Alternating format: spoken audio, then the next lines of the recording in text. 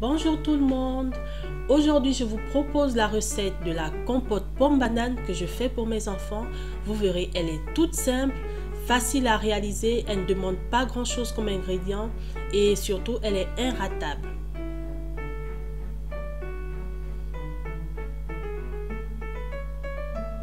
Après avoir épluché mes pommes, je vais mettre 25 ml d'eau dans une casserole. Ensuite, je vais commencer par découper les pommes en petits morceaux. Vraiment, l'idéal, c'est les découper en petits morceaux pour qu'elles puissent vite cuire parce que la banane, elle va vite cuire. Donc, il ne va rester que les pommes. Les découper en petits morceaux va diminuer le temps de cuisson.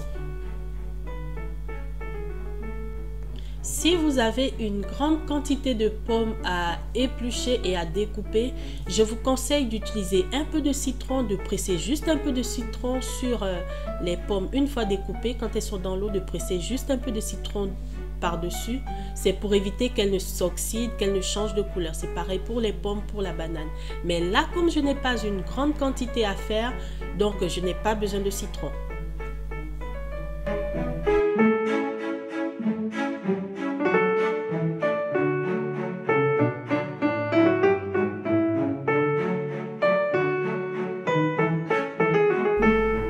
Terminé avec les pommes, je vais maintenant m'attaquer aux bananes. Je vais les découper en rondelles et bon, de toute façon elles vont cuire vite, que je les découpe en petits morceaux ou des morceaux un peu plus gros.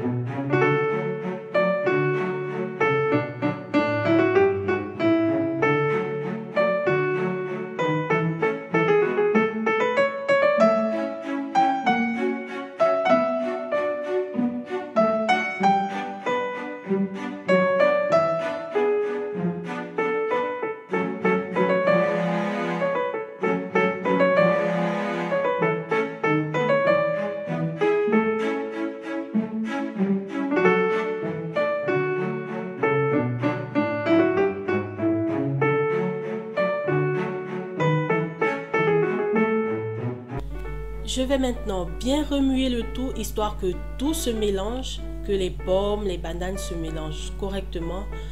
Et je me suis rendu compte qu'il n'y avait pas assez d'eau. Du coup, j'en ai rajouté un peu, soit 20 ml. Et ça me fait au total 25 ml plus 20 ml. Ça me fait 45 ml au total d'eau. Et je vais encore remuer. Après, je vais porter à ébullition pendant 15 minutes. Donc, je vais mettre ça au feu pendant 15 minutes. Surtout, je répète bien, ne mettez pas de couvercle sur la casserole parce que si vous mettez le couvercle, ça va déborder. Donc, pendant la cuisson, remuez un peu de temps en temps et vous verrez, ce sera impeccable.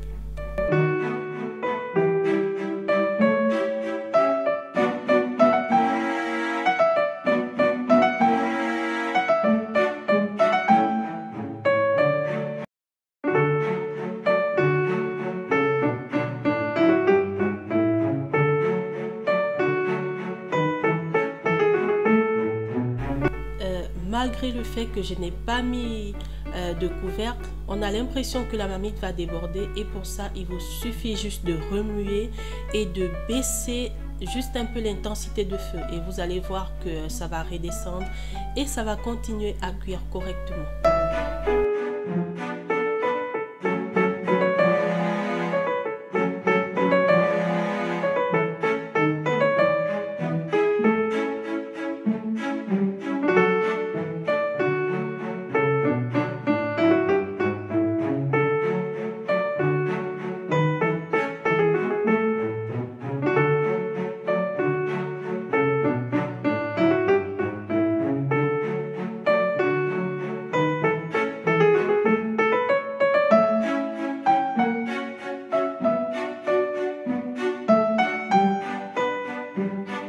Après 15 minutes de cuisson, voici à quoi ressemble le contenu de ma casserole. Tout a cuit comme il fallait Et du coup, j'ai encore attendu 5 minutes histoire que ça refroidisse juste un peu pour ne pas mixer ça comme ça, surtout pour ne pas gaspiller ma machine. Donc maintenant, je peux tout mettre dans la machine, je peux tout mixer sans problème. Et pour le mixage, pour la texture, c'est à vous de voir. Si c'est pour un bébé, il faut bien mixer, qu'il n'y ait pas de morceaux. Si par exemple c'est pour un enfant un peu plus grand, vous pouvez laisser quelques petits morceaux. Vraiment, c'est à vous de gérer la texture de la compote, la texture que vous voulez pour votre compote.